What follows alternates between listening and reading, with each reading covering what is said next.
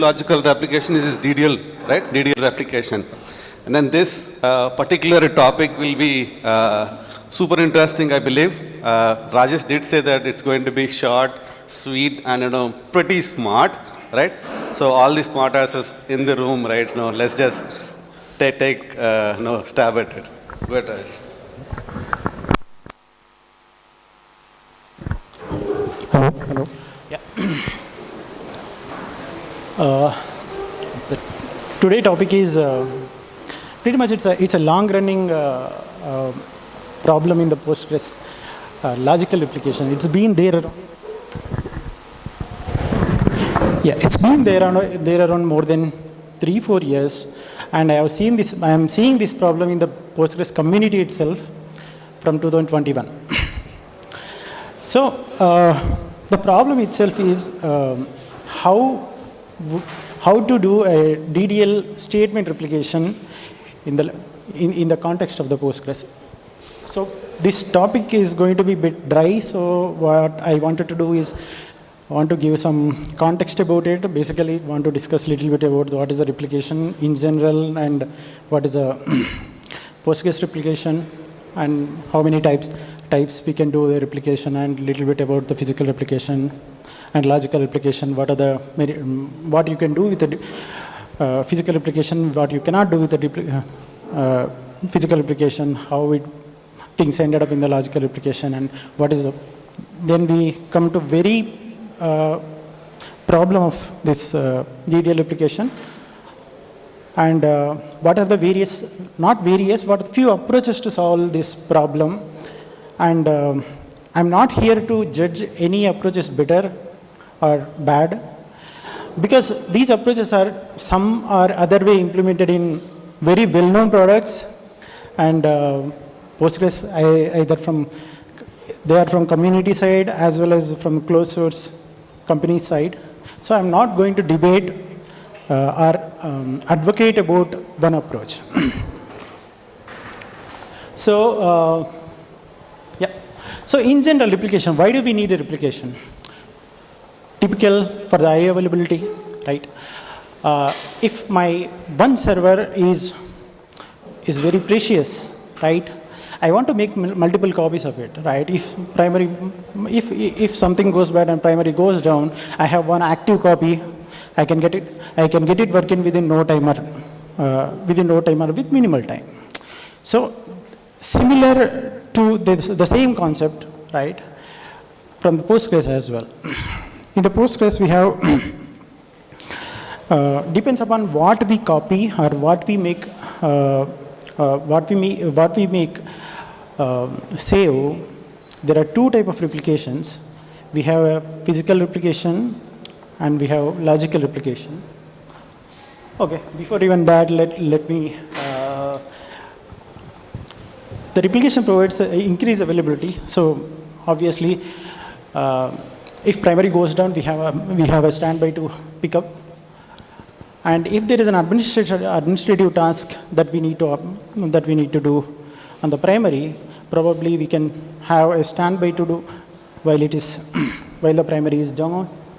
And sometimes what happens is if your single read-write node has a lot of load, which is unpredicted load, maybe at some time. So you can have set of maybe a read-only nodes, that those copies, and some of the traffic coming to the system, you can divert into the read-only nodes.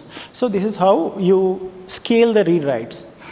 Especially those are something like a reporting traffic or analytics or only selects. This can be taken from the read-only nodes. So typically, you can have a single primary, and you can have multiple standbys or replicas, and so on and so forth.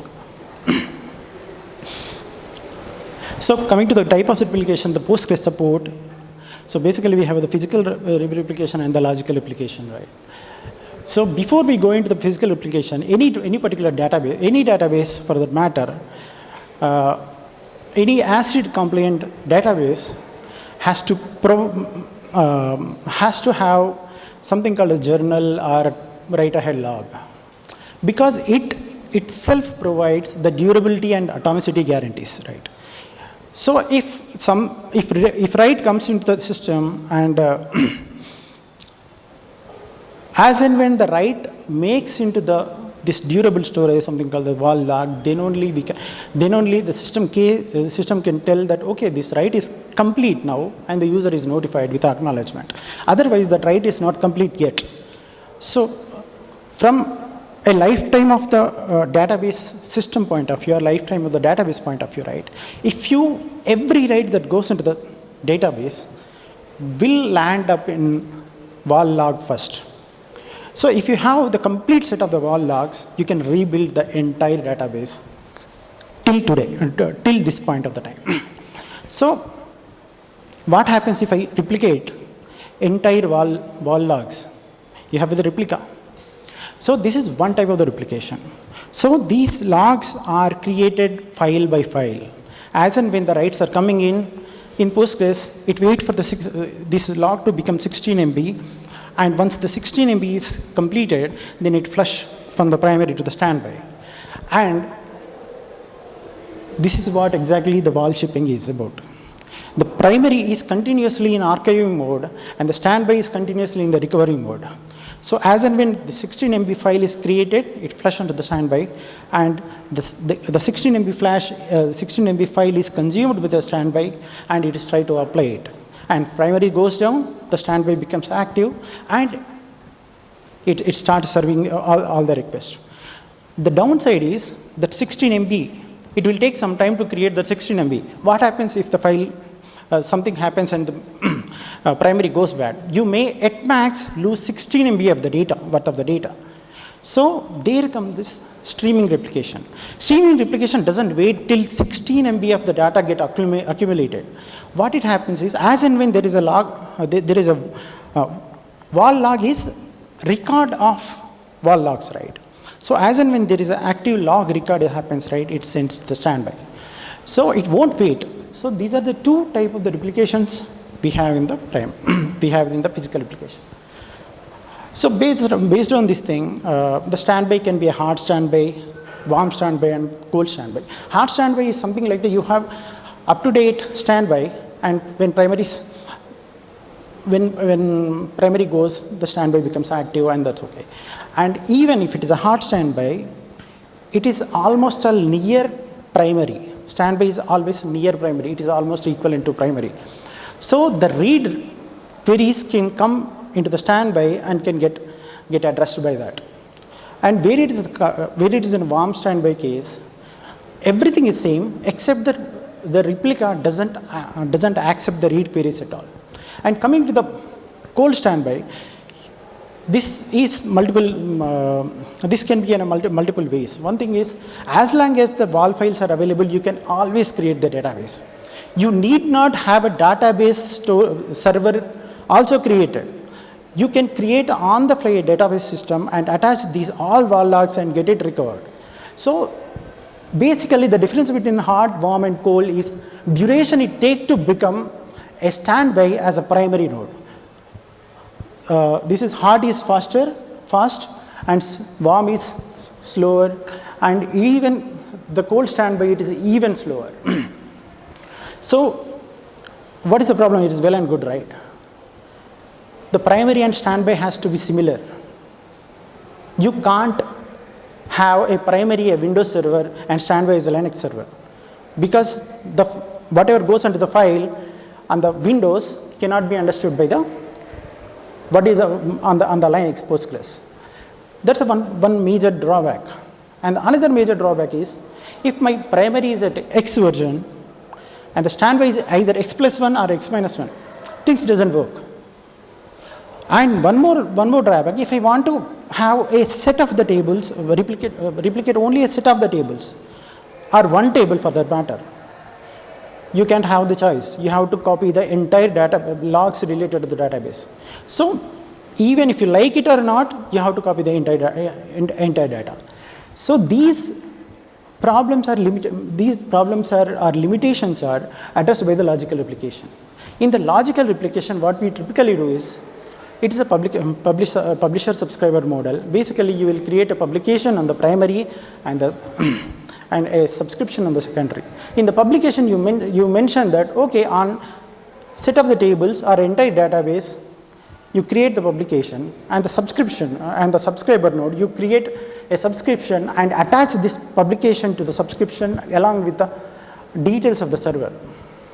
So as and when there is a change in the primary, that's get replicated in the standby. Actually, it is in reverse. Whenever there is a the standby keep on polling at the primary, and it will get the data.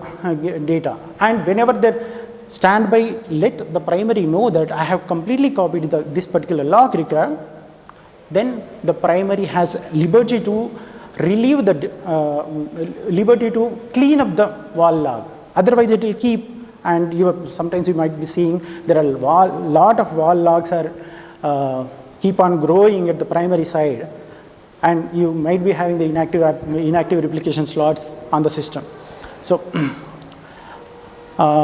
one more thing is, it doesn't copy entire data. It copies the operations. It basically moves the operation, not the entire data. If you see, usually what it would happen when the subscriber creates the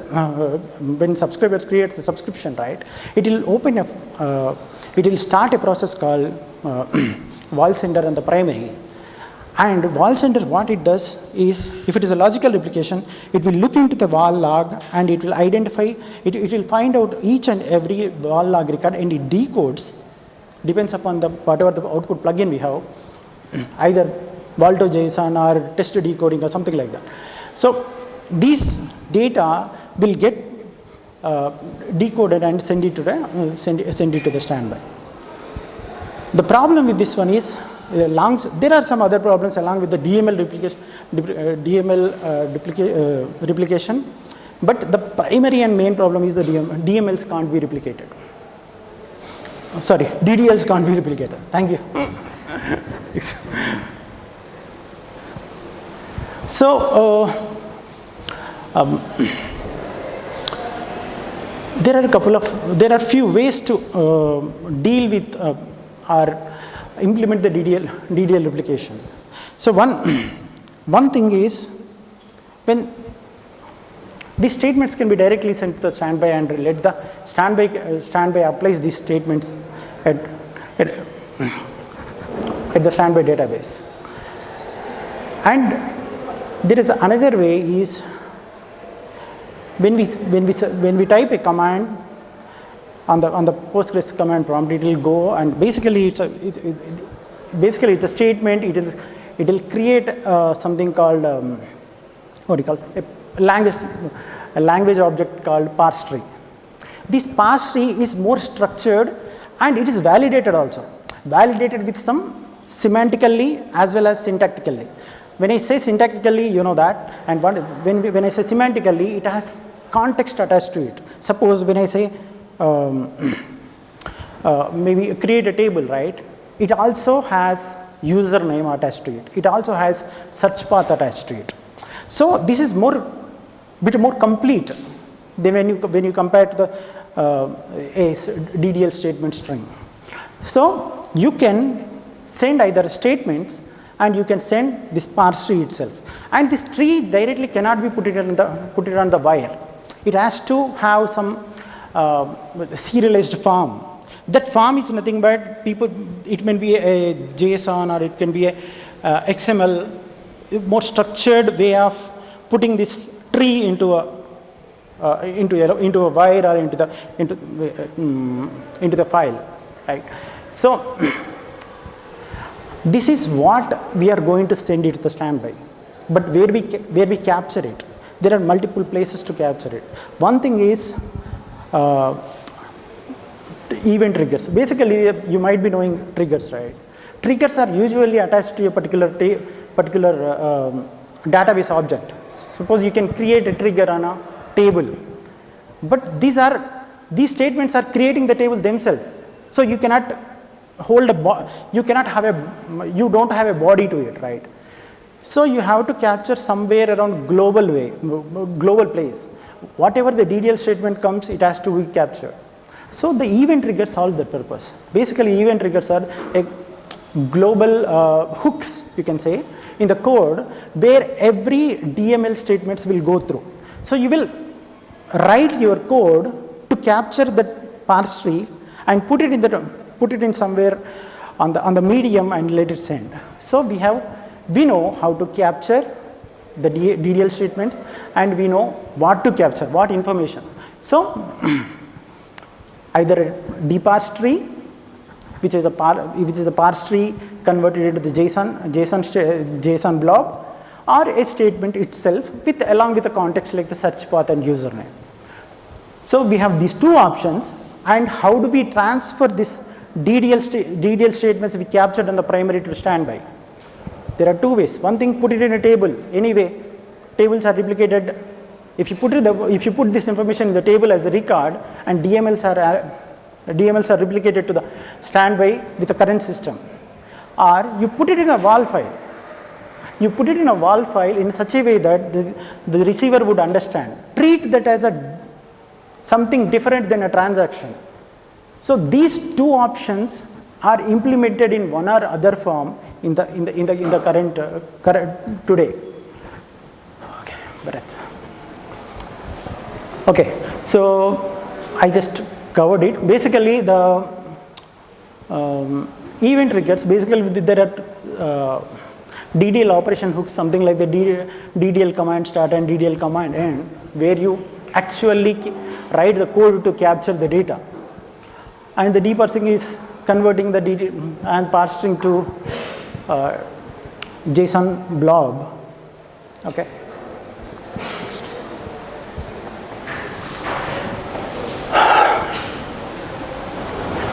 So advantage with dparse string is you need not have a search path because dparse tree itself have it, and you can handle some of the incompatible DDL statements.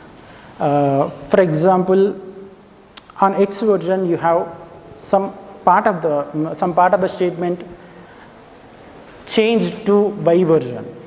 This is more structured, so it can be handled in the dparse tree very well. The disadvantage of this problem, this approach is the code is bloating like anything. So every new statement is adding 1,000 lines of code. So right now, as of today, more than 500,000 lines of the code for the only deparsing in the community that is under review. It is for even for reviewing, it is getting more time. So another thing is send the query itself along with the context that is needed, right? So context, what I mean, the search path and username and blah, and whatever they needed. So this approach is very simple and less code, and there are a couple of open source extension would use it. PG Logical is the one which uses it, and PG DDL deploy is another plugin that uses it. But when you compare to the previous approach, this is not complete, as in sense the previous approach solved many DDLs when you compare to this one. But all the essentials are complete, essentials are supported. That's why those plugins are out. Yeah, some of the statements like create table as and drop table 1, table 2, table 3. These need to be handled differently. So it can't handle incompatible DDLs, and search path and other contexts need to be sent along with the DDL statement itself. Yeah, next. How to send? I just gave a glimpse, right? You put this information either into a table or into the WAL file. If you are putting this information into the table and let the DML replication work and do its job and send all the data from the primary to standby, and you have this table treated differently at the standby because this is not any other table in the database system. It's a predefined table. So at the standby, if a DML comes to this table, you not only insert into into the table this information, but also executes the content of it. Suppose if you have a create table, right?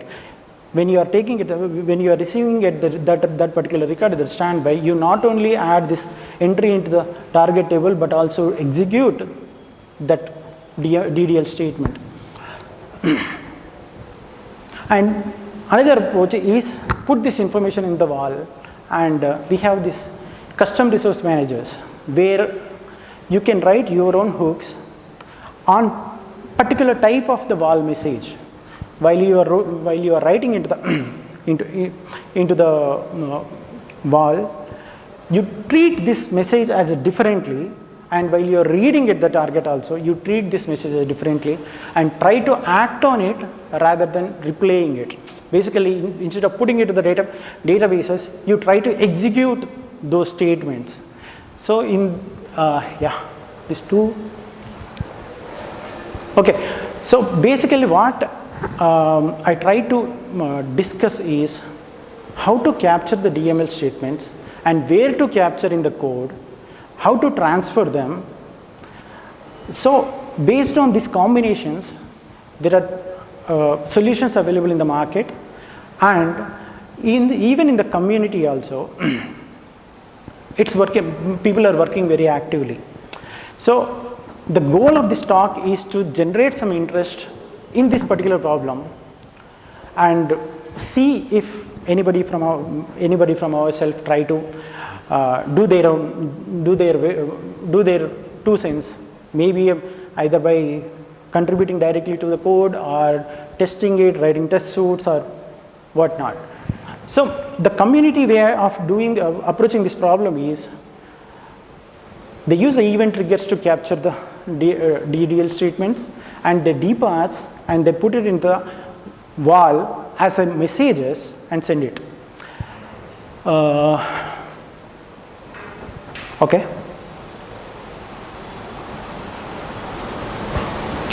Just takeaways. I just try to summarize the approaches. Whatever we have discussed is here, and I have given some pointers here in the slide deck. There is a very long thread about how it started the DDL implementation journey from the 2021 to now, and people who are interested, please go ahead and have a look into it. See if you can contribute. Yeah. Any questions? Yeah, I realized that this talk went monologue. And there are tons of questions that are coming through, right? I mean, people are just warming up, I believe. Right? DDL replication is such a real pain in the back for most of the DBAs, right? One quick thought is, I mean, if you can talk about any of the examples that you had come across with so event triggers, right, to solve the problem. Basically, whatever the version, right, PG10 to PG15, right? And if there are anything coming in PG16, if you can highlight. I don't know whether it is coming in PG16. It has to come in PG17. I personally know it is not coming. But what is in store? If you can just summarize that commit first. Okay. In store, still a native DDL replication is not in place. So the talk is to ask people to contribute. So, and it is an interesting problem. It has a very high visibility. People are dying to get it working. People have tried to implement a transparent DDL replication using the PG DDL deploy or PG logical, and very big companies are using them, of course, but they are not complete and they have a lot of gaps to fill. Yeah, so lot of work to do, in fact, if you are interested. So, Srini, I believe you have come across this problem and you're trying to deal this with some kind of an approach. Throw some light. Srini, talking to the mic. So, yeah, I have followed the approach of using the event triggers. Okay. So event triggers. So I capture the DDL queries into a table. Cool. And I make the table itself as part of the logical application. Cool. So, and on the top of, like on the standby side, we can write a trigger on top of the table, write a function and apply the DDL. Actually, pretty easy to start. The problem comes, we have a plethora of these DDL statements, and most of the DDL statements are not handled at one place in the code. They are scattered across multiple places, and few of them need a special handling. There it is coming, there the things are getting complicated. So actually, the concepts are simple. And whatever the approach you are saying, trust me, there must be at least one plugin that might have implemented it. Why that is still a plugin is, there might be a case that might not be complete to get into a Postgres main source. So that is the reason. So you have this beauty of democracy in Postgres, right? You try to solve your problem with your code, but if it is not complete and robust enough to get into the Postgres community code, you still have a choice to release it as an extension. You can use it. So that is the reason there are multiple extensions available which solves DDL up to some extent, DDL application up to some extent. Yeah, actually, we have a business use case. Cool. So this is fairly enough to solve my problem. So I'm just following that. See, for any problem to get solved in a setup like a open source, right? One thing, it should have a strong urge to solve, and second thing, it should be simple enough so that majority of the people would understand and contribute, right? If these two things are satisfied, right, the solution would have been already there. Thank you. Okay.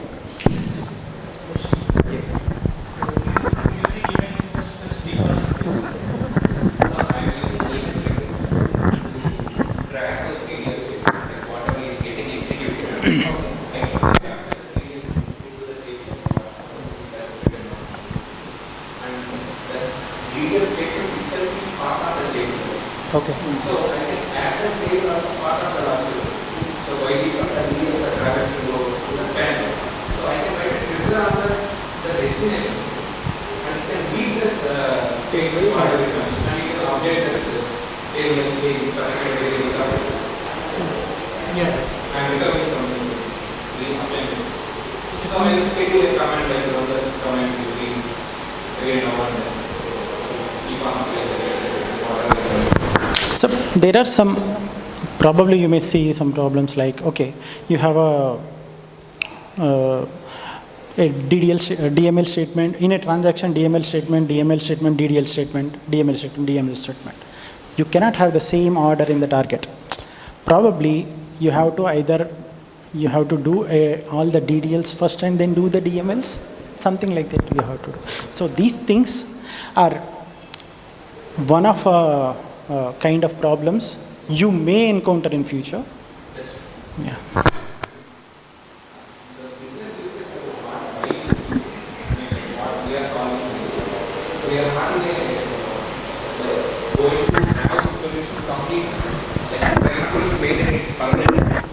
For a migration purpose. So once the migration is done, then we'll Hopefully in some time it will get it will get into mainline and your problem is solved. So from a verdict standpoint, summarizing some of the use cases, right?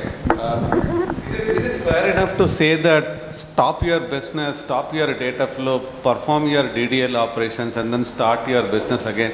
Is that the verdict that we are saying? Is that the best thing that we're going to be judiciously saying? There are people, there are companies who does prefer that when the data is very precious and they are paranoid about it.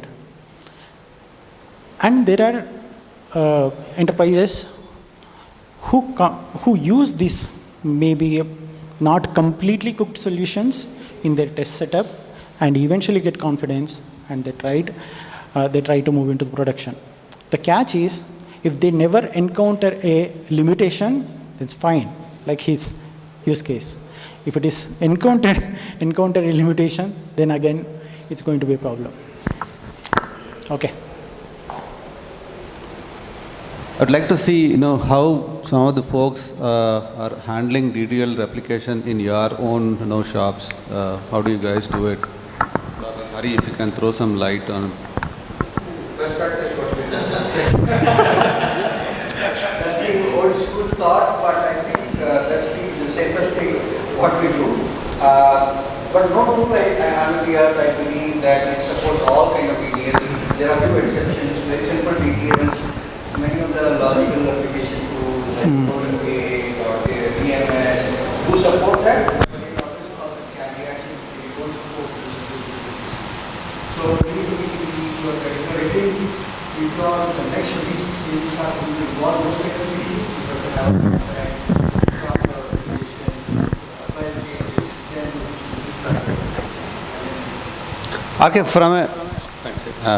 From Yugabyte standpoint, how do you guys handle that DDL replication?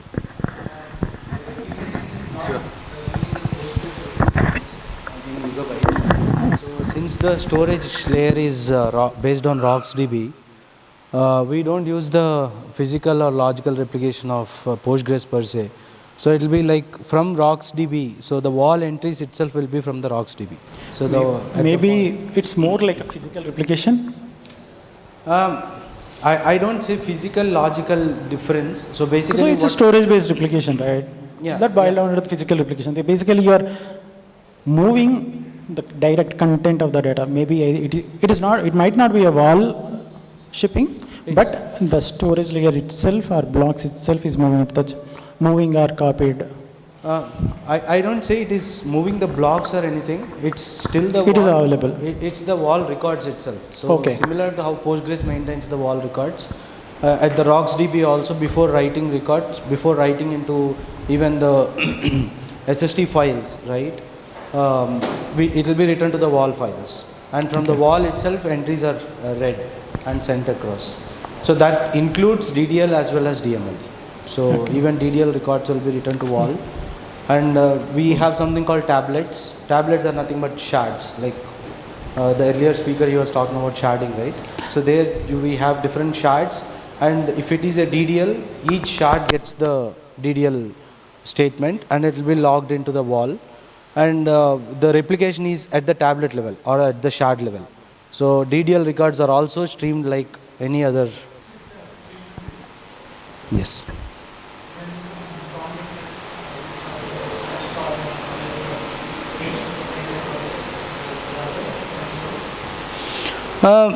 So basically what we do is we convert that into like how logical replication uses a JSON format or something like that, right?